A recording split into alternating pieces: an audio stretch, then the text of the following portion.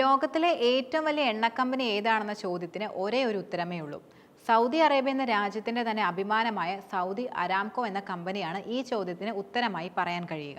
ഇന്ത്യയിലെ 2 എണ്ണ കമ്പനികളിൽ ഈ കമ്പനി നിക്ഷേപം നടത്താൻ ഒരുങ്ങുന്നു എന്ന റിപ്പോർട്ടുകൾ അടുത്തിടെ പുറത്തു വന്നിരുന്നു.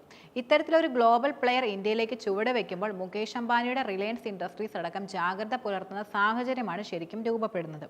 ഏതാനും വർഷങ്ങൾക്ക് മുമ്പ് റിലയൻസുമായി പങ്കാളിത്തത്തിന് അരാംകോ ശ്രമിച്ചിരുന്നു. എന്നാൽ ചില അഭിപ്രായ വ്യത്യാസങ്ങളെ മറ്റും തുടർന്ന് ആ ഡീൽ ഫലവത്തായിരുന്നില്ല. അതിവേഗത്തിൽ വളരുന്ന വലിയ സമ്പദ് വ്യവസ്ഥകളിലൊന്നാണ് ഇന്ത്യ എന്നത്. ഇവിടെ ക്രൂഡ് ഓയിലിന് വലിയ ആവശ്യകതയാണ് നിലനിൽക്കുന്നത്.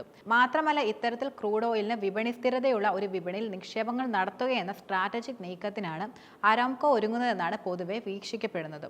ലോകത്തിൽ തന്നെ ഏറ്റവും അധികം ക്രൂഡ് ഓയിൽ ഉപഭോഗമുള്ള രാജ്യങ്ങളിൽ ഇന്ത്യയുടേത് നിലനിൽക്കുന്നത് 3ാം സ്ഥാനമാണ്.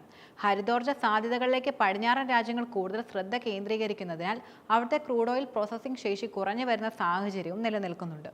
ഈ സാഹചര്യത്തിന്റെ അടിസ്ഥാനത്തിൽ ഒരു ഗ്ലോബൽ റിഫൈനിങ് ഹബ് എന്ന നിലയിലേക്ക് മാറാനുള്ള ഇന്ത്യയുടെ ശ്രമങ്ങൾക്ക് ഇന്ധനം പകരുന്നതായിരിക്കും സൗദി അരാംകോയുടെ രംഗപ്രവേശനം. യഥാർത്ഥത്തിൽ റഷ്യ-യുക്രൈൻ യുദ്ധം തുടങ്ങിയത് മുതൽ റഷ്യയിൽ നിന്ന് വൻ ഡിസ്കൗണ്ടിലാണ് ഇന്ത്യ കൂടുതലും ഇന്ധനം ഇറക്കുമതി നടത്തിയിരുന്നത്. മാസങ്ങളായി ഇവിടേക്ക് ഏറ്റവും അധികം ഇന്ധനം നൽകുന്ന രാജ്യം എന്നതും റഷ്യയാണ്. ഇതിനെ തുടർന്ന് പരമ്പരാഗതമായി ഇന്ത്യയിലേക്ക് വൻതോതിൽ ഇന്ധന ഇറക്കുമതി നടത്തിയിരുന്ന സൗദി അടക്കമുള്ള ഗൾഫ് രാജ്യങ്ങളുടെ വിഹിതത്തിൽ കാര്യമായ കുറവും വന്നിരുന്നു.